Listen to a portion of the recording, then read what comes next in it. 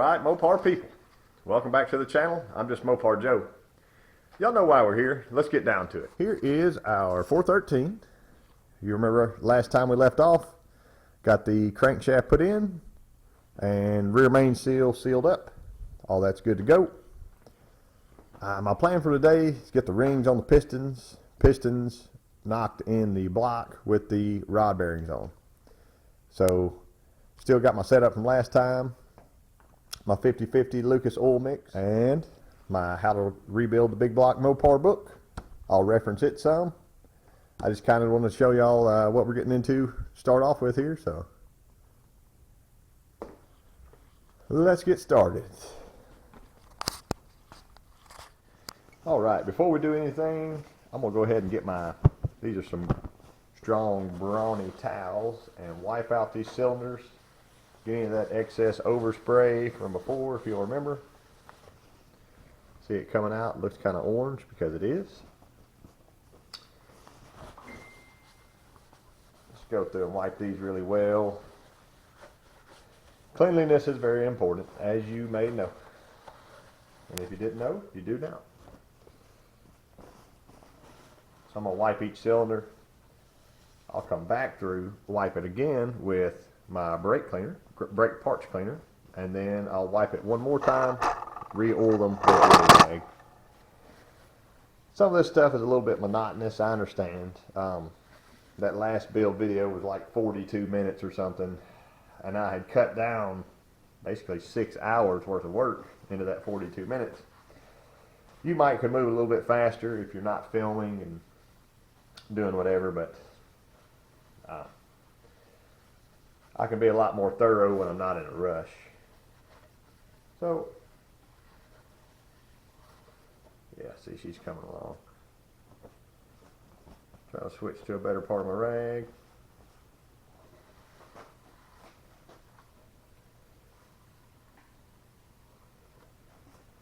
Oh yeah.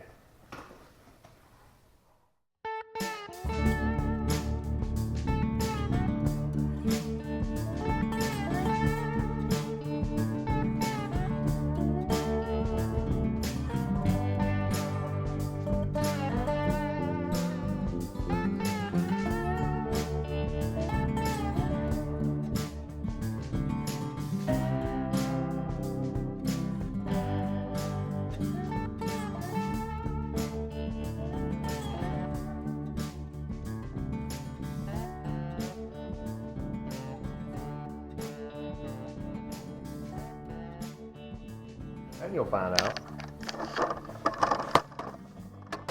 there are a lot of guys out there that would be scared or ashamed to kind of show their work.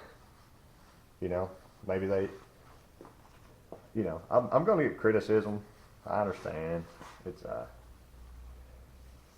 you open yourself up to it when you are on YouTube or anywhere. That's okay. That's how you get better. I actually went back to the comments of my 360 videos and read through those and saw some stuff that I'm actually adding in this video. So thank you for the comments and stuff, guys. I appreciate it. And we'll get this motor built and we're ready to go. This side's done. I'm going to flip over and do the other side. I don't have to show you that because you've seen one side done. And I'll be right back. Alright, so with our block cleaned up, my next step, I'm actually getting out my ring box here. These are some Engine Tech R41818-STD, and the STD means standard, should.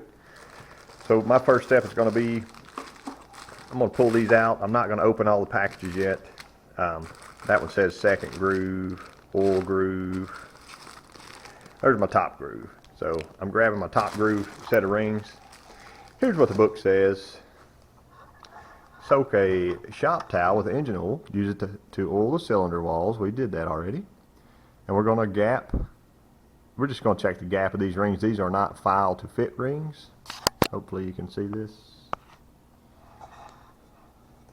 So they are not file to fit, but it says factory recommendation for the ring end gap for the first and second ring is 13 thousandths to 23 thousandths. I learned in my last video set from a guy, and I kind of already knew it, but it's a good thing to mention here. The bottom ring can be a little bit tighter than the top ring because it doesn't get as much heat. So we're looking for 13 to 23 thousandths, and the third ring, which is the oil ring, factory end gap, is 15 to 55. I don't normally check the oil rings. If the top two are good, the bottom is probably good. So, all right, so here's what I got. I went ahead and sunk 4 rings. These are all top rings. And I've got my feeler gauge. This is the 23 thousandths one. And with that gauge, I can sink it just barely into this ring.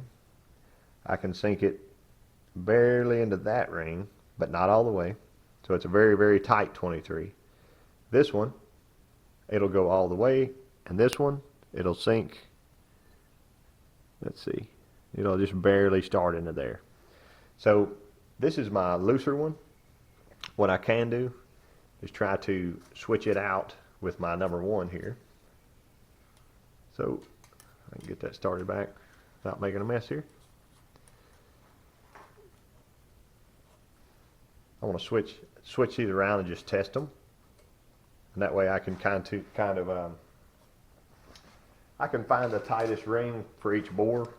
Every bore is not going to be the same, just because when these were honed at the machine shop or even from the factory had to be pretty close, right? But these have already been honed later, so it's going to get you a little different result. So I go back to this one. It's nice and tight, won't go in all the way. This one here, it won't even start into it now. See, there it goes. So I'll leave them like that. That's really pretty close. They're all about the same now. I'm not sure if one bore was different than the other, but that kind of equals up the playing field there. And I've got 4 more over here I can try in these 4 bores, but since these 4 are very similar, I'm going to leave it. And those will be my top rings for 1, 3, 5, and 7. I've got these 4, they're all top rings. I'll put my gap at the bottom so it's all uniform.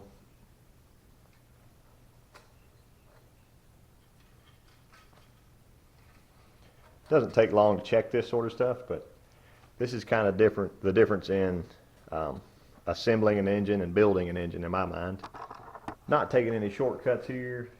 I like to place my fingers here and here, and that way I can feel on the sides when it gets very close. Because I can see the top edge and then look around. Yep. Yep.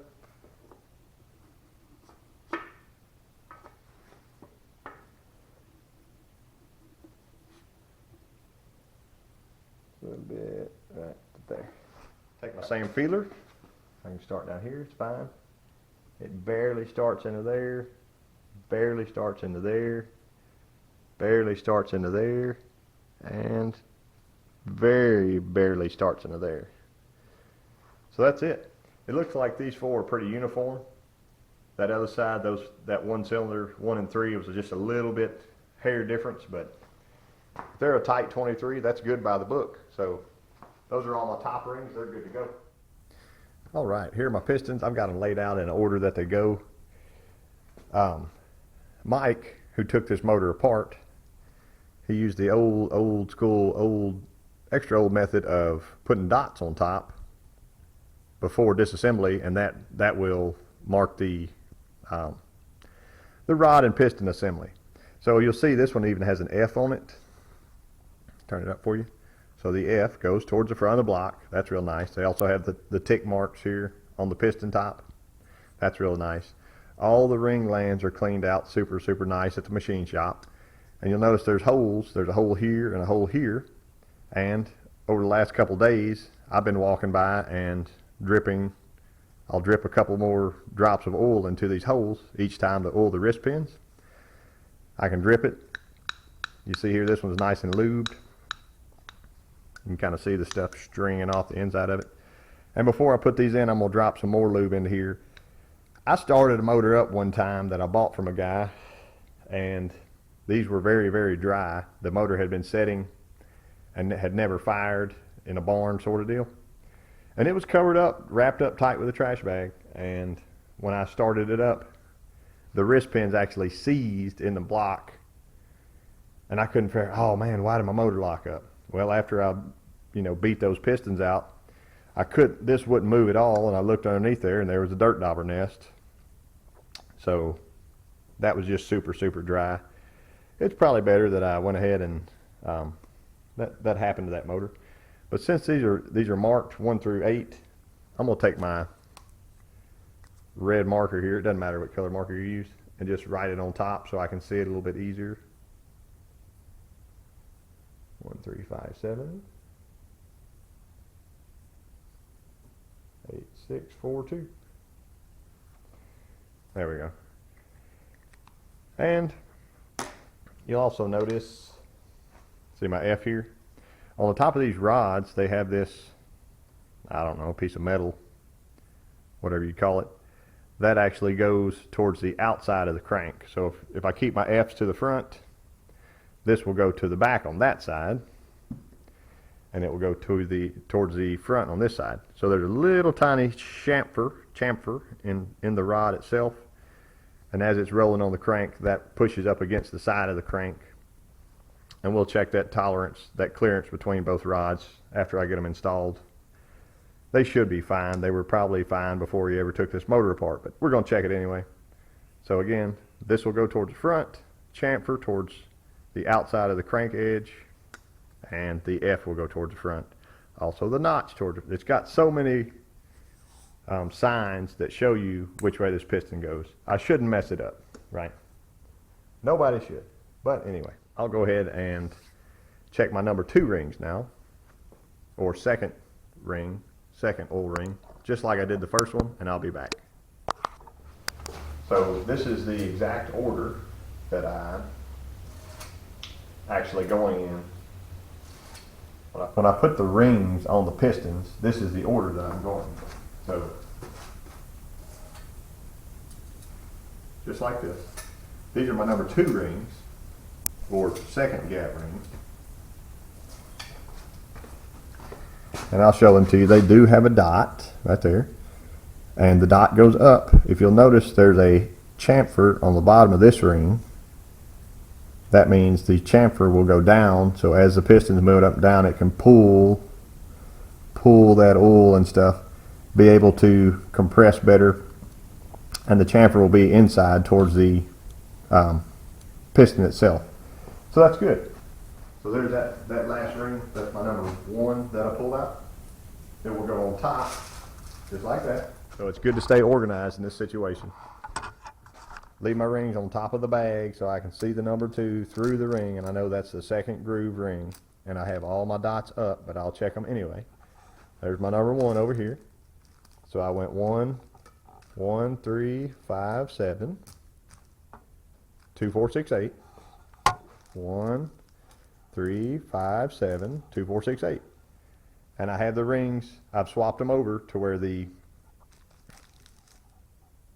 gaps are all almost perfectly equal.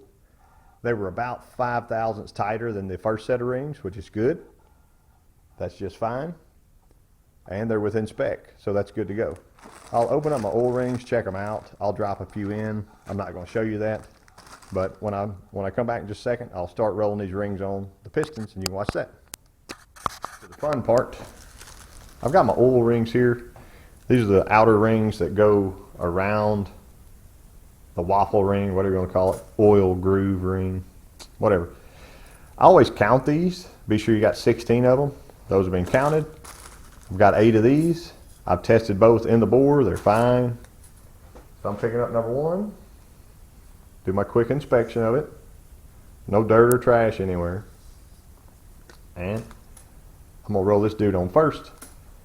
Looking in the ring instructions, it says to put the oil ring install with a gap towards the top of the piston.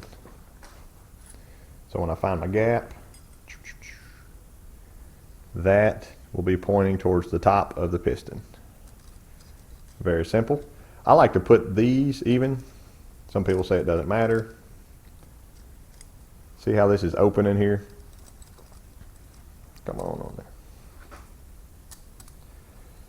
I actually like to put that in the middle. So say I'm going here in the middle of that wrist pin, I'll put my gap there. And I even can take my marker. I believe I did this last time. Put my mark there above the wrist pin. My next one will go at least an inch both sides. I'll probably go 2 inches just to be sure. And I never want any of my gaps to line up. It's just a personal preference for me. Some people say it doesn't matter, whatever. Anyway, so if I'm going there and there and there, I might as well go just another 45 degrees or something. And then opposite of that, I'll put my top ring. That's fine. So if I want to run through and mark them all real quick, I can. Won't hurt a thing.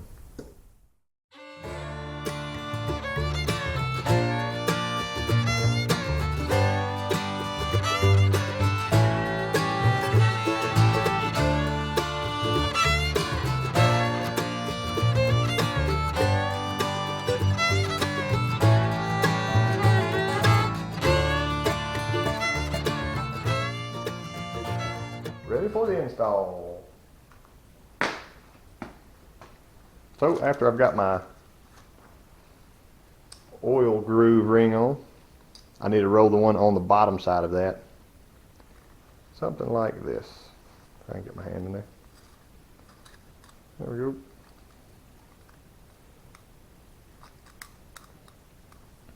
Like that. I want to be sure the dude here does not overlap each other. That would be bad. Grab another. Go to the top side.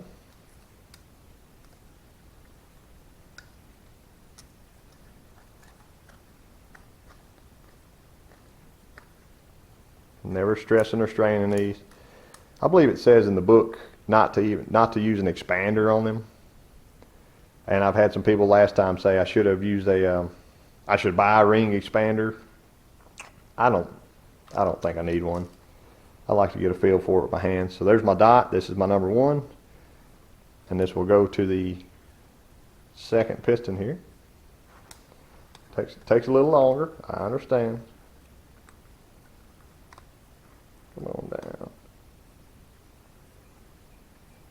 Take your time.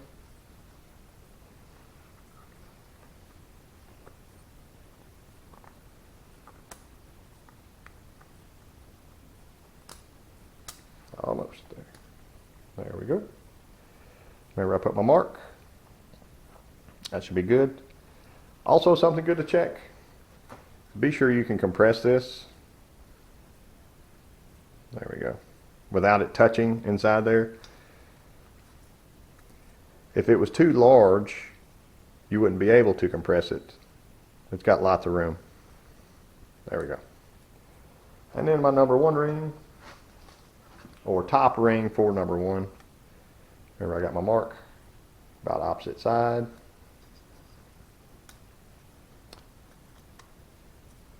Goes on like that. And that's it. So my number 1 piston is done. I'll show you forward to knocking these dudes in the motor. So get these bearings put in.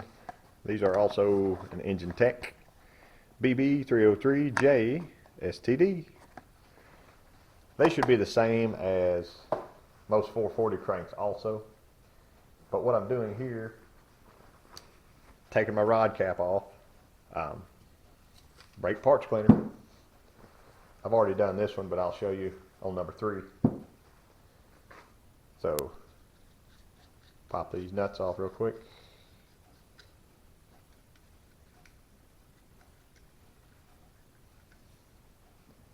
Set them aside. See if I can't. There we go.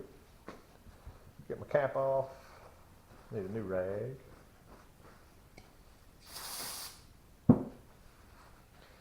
So these surfaces here, where the caps go together, see how funky that still is? That's got to get wiped all the way around. Also, under where the bearing goes, I wiped that a second ago, but it's still got some blackness on it. Be sure these cracks where the bearing tooth kind of drops in, keep it from spinning, It's also clean. Spend just as much time cleaning probably as I do assembling, but that's okay.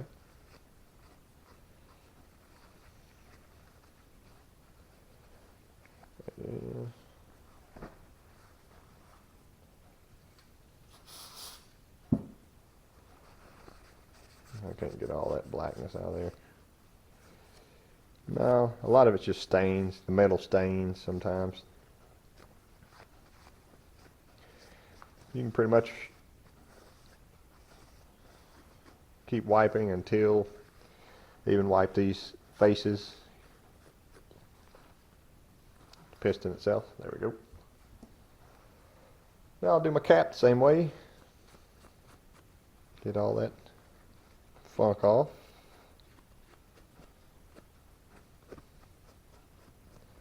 I can look through the holes, be sure they're clean. If they got something going on, I can brush it out. But typically they're fine.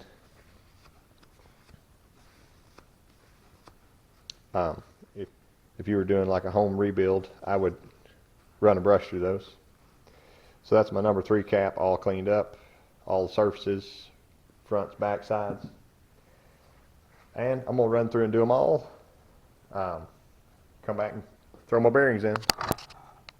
Last one. Wiping the brand new bearing off. Look at that. Brand new. There it is again. Clean as a whistle. All my funk's on the rag there. Now I'll drop it in the cap.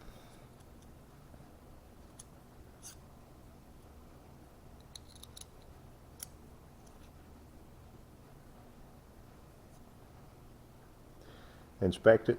Be sure there's no big gaps or anything like that. This looks like it fits very nicely.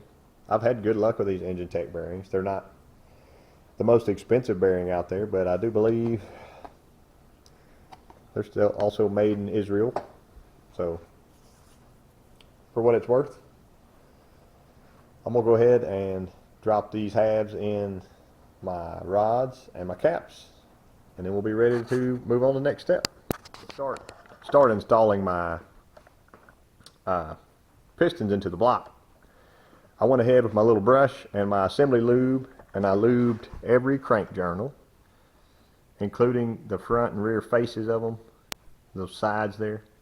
And then I rotated, and I did this one, and then I rotated, and I did all sides of all of them, so that they would be lubed just in case some didn't end up on the bearing itself.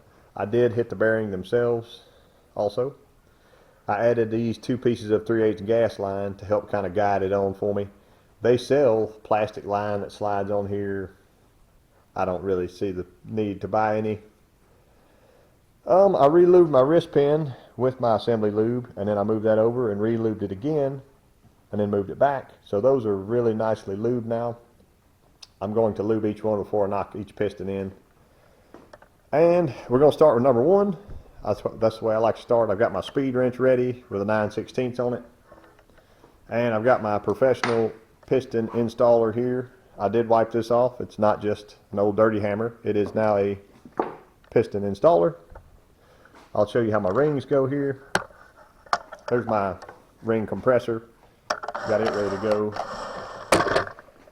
So if I had to start all the way back over, this is my assembly lube. I would take my brush in it, smear the bearing. Bearing's very well lubed now. Drop it off. I pick up my piston, roll it over and check it. So be sure my rings are across from each other. Be sure my bottom ring is not stacked. I always look for that. This one has oil on it already, but I'll show you just what I did here. I just took that and oiled it really well. Even the skirts, see how nice that skirt looks? These pistons are like brand new. Then I took my rings and I moved them around a little bit, get a little bit of oil inside there. It's going to burn out eventually, but it's nice to not have a dry wall. The compressor itself has some tits on it. The tits go towards the block, so just like this, it'll slide down nicely for me. Come on, big boy. There we go. Then I like to, if I can get this here, I like to take my thumb, grab this, pull it down about right there. And that way I have some skirt hanging out. These pistons are kind of long, have a long skirt. If it was a stroker piston or something, it would be shorter, but. And I'm doing the tighten up. There we go, still going, good. And I like to get it as tight as I can. Minimal rotation. Because it may, if it's rotating, it could be rotating one ring and not all the rings. See if I can't grab it here. There it is. Nice. Remember which side goes forward. This one has a notch in it. That's helpful. And we're ready to install. Let me get you turned around. Okay. So there is my notch. The notch is going to go forward. See my hoses coming through. I've got them on both sides of that now. So it will make it a little bit easier with one person. Got my skirt started in nicely. Notch toward the front. I'll get my professional installer here. Hold that. See, I'm so used to running my hand through here, but I will look. Yeah. I can hold this flush. Also, when I install this, I like to tap. I like to tap just a little bit around this to be sure, since this is 2 layers of a metal wall, be sure they are nice and snug. But I'll show you here. Got my installer. Let's stop for just a second before we hit any rings into there. The rod itself is nice and clear from the throw of the crank. And I'll get you close up on the piston coming in. Coming in.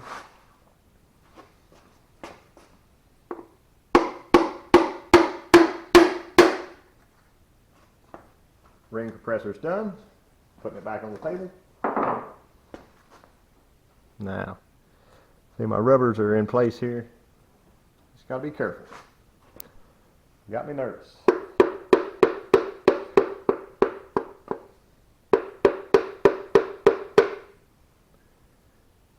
I'll pause right there. Here's how I'm going to do this. I can go a little bit further.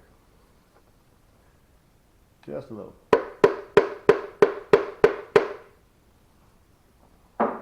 Now, instead of knocking that all the way to that, I'm actually going to rotate the crank itself very slowly. Just like that. Now I can take my hoses off.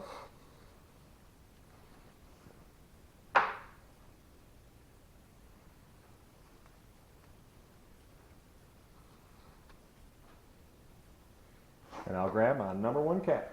Number 1 cap gets lubed just like everything else. I'll even put a little on the threads of the bolts. Why not? Now we're going to go notch to notch. Also, if you remember, there's that heavy part of the rod, that kind of chunk there. Slip her on. Like that.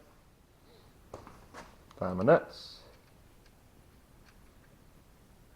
I'll start them on by hand. Be sure they're nice and free. Number 1, lucky number 1.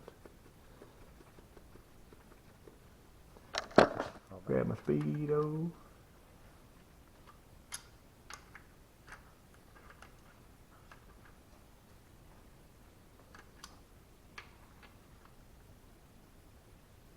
About as tight as I can get it with this is fine.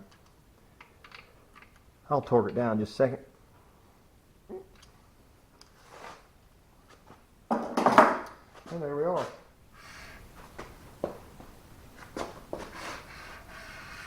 Turn her over. Oh, that's nice. Very nice. All right, we got them all knocked in, looking nice. I'm gonna go ahead and get them torqued down now. I just do them usually 2 at a time, 2, 4, 6, 8, and I'll just rotate the crank as I need to. I don't typically go over these twice. You can go over them 10 times if you want to, but they torque to 45 foot-pounds, so I'm just kind of going to sneak up on it on both of them, and that'll be good to go. If you want to do it in steps, you could probably do it 20, 35, and 45 or something like that. There's actually a meter on this wrench, and I can see it. Like I've stopped right there at 35. There's 40, 40,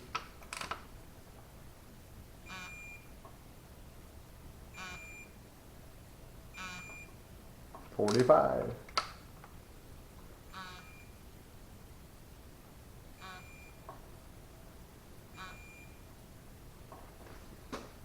How's that? Do the next one. I'll let you watch my wrench this time so you can kind of understand what I'm saying. See, it's at 32.7. Really hard to get that. 34.5. I'm gonna go to the top one now. 35. 40. 40.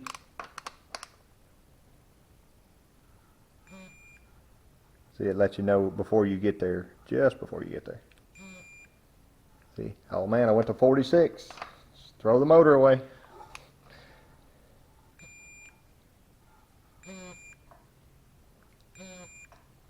$45.8. Good to go. So now I will rotator and finish my torque work here.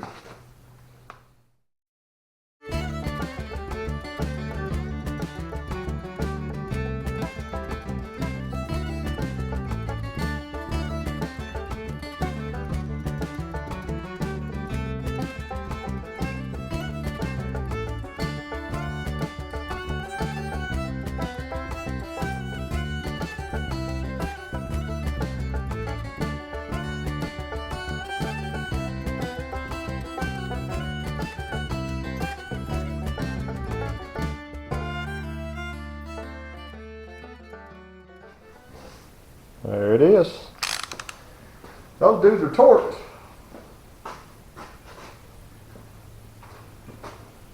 Always turn my torque wrench back down. Low as it'll go. Take the batteries out. I mean Drew's torque wrench, not mine.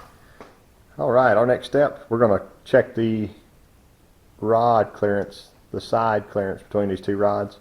The book says 9 to 17 thousandths. So I've got here my feeler gauges. I've got a 9 and a 17 pulled. I don't have to actually check it for our purposes, as if I can get the 9 in, which I can pretty easily, and I get the 17 in, it is exactly 17. So if it was any more than that, I would probably be fine still running it. I don't know what the limit is. That book does not say, but it's a tight 17 right there. I don't like to shove this in really hard and mar the crank up either, so I just kind of stick it in like that. That's just right. Now I can rotate this one backwards, pull those dudes apart. Very tight 17. Actually, exactly 17. That one. Come on back around.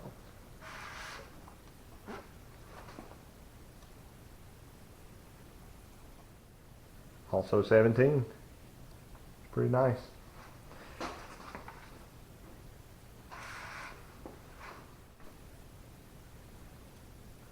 You guessed it.